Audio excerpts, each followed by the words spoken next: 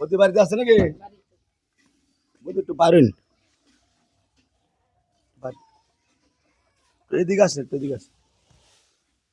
বদি কেমন আছেন? ভালো আছে। ভালো আছেন? হুম। মানে আপনি পাইতো না মানে এসে বললাম ভালো হয়েছে। পাকটা করছেন নি?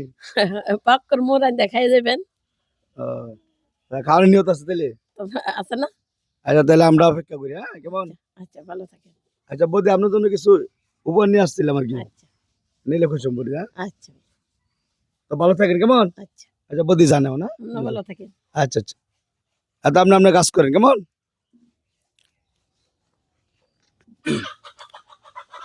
প্রিয় ভাই বন্ধুরা, আসসালামু আলাইকুম। আজকে আসলাম আমার এক বদির বাড়িতে, বদির সাথে দেখা করলাম, খোঁজখবর নিলাম। এ আর কি, আসলে নবীজির কথা অনুযায়ী যদি আমরা প্রত্যেকে খোঁজখবর নিতে পারতাম, খোঁজখবর রাখতে পারতাম, তাহলে আসলে মনে হয় এই সমাজে, এই দেশে, এই রাষ্ট্রে কোনো জায়গায়, কোনো স্থানে কোনো অসহায় অভাবনে থাকা কোনো ভাই বোনের দেখা আসলে মনে হতো না। আসুন আমরা প্রত্যেকে খোঁজখবর রাখি, প্রত্যেকের সাথে দেখা করি, একটু ভালো মন্দ খোঁজখবর নেই। এই আর কি, এই তো জীবন, মানুষের জন্য। আসলে টাকা পয়সা তো কারোর সাথে কভারও যাবে না, কাপড়ের তো কোনো পকেট নেই।